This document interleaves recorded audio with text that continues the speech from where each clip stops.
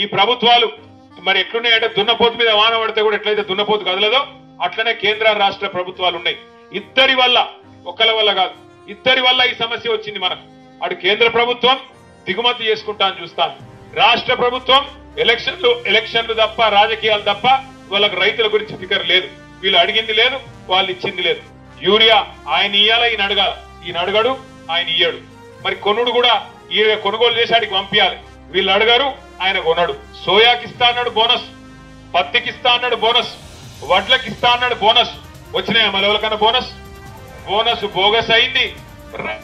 రుణమాఫీ రాదు, రైతు బంధు రాదు, కరెంటు కూడా రాదు.